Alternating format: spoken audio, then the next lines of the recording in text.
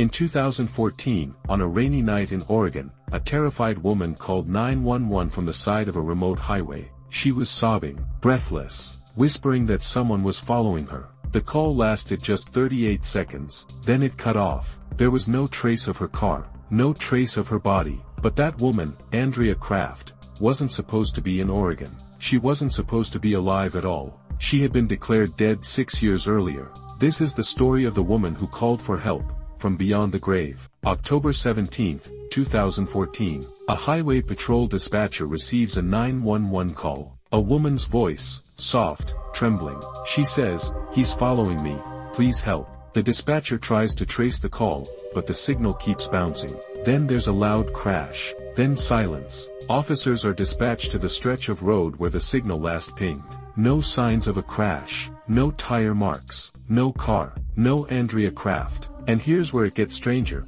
Andrea was declared dead in 2008, in New Mexico. Her death certificate was filed and stamped. Case closed. So who made the call?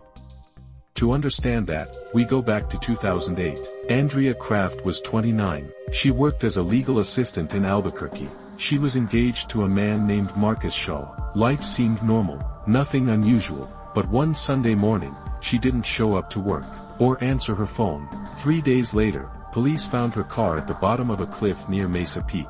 The vehicle had been burned. Inside, they found partial remains, and a bracelet Andrea always wore. The body was too damaged for dental ID, but authorities believed it was her. They ruled it a suicide. Her case was closed. Only her sister, Sarah, refused to accept it. Sarah always said Andrea was scared before she vanished. She'd said someone was watching her. She got paranoid in the weeks before she disappeared. Sarah believed Andrea faked her death to escape someone, but no one listened. Not until 2014, not until that 911 call.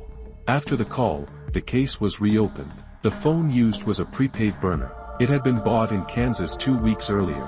Surveillance footage from the store showed a woman, blonde, hood up, buying it. Facial recognition software gave an 89% match to Andrea Kraft. Then came another clue. A motel in Bend, Oregon. A woman matching Andrea's description checked in under the name Rita Vale. She paid in cash, checked out before sunrise. The room was clean, except under the bed, they found a photo. It was Andrea, smiling, taken just 2 weeks before the 911 call. What followed was a deeper investigation, and the picture only got darker. Andrea wasn't just alive.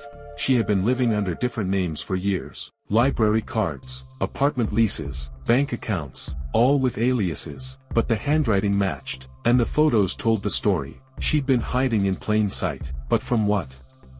Digging through her past revealed something chilling. In 2007, the year before she disappeared, Andrea had worked on a legal case against a private military contractor. She was just a legal assistant, but the case involved federal fraud and internal corruption. The lawsuit was dropped suddenly. The whistleblower disappeared. Andrea stopped talking about her job. The man she was engaged to, Marcus Shaw, he had worked for that same contractor. And 6 months after Andrea was declared dead, he married someone else. Then, another break in the story. In 2016, a car was found abandoned near the Columbia River. Inside was a driver's license in the name Rita Vale. Fingerprints matched Andrea's. There was blood on the seatbelt, but no body. It looked like Andrea might have died, again. But 2 weeks later, a fisherman reported something strange. He saw a barefoot woman on a trail near the river. She wore a gray hoodie. When he asked if she needed help, she looked at him and said, "No one can help me now." Then she walked into the forest. She was never seen.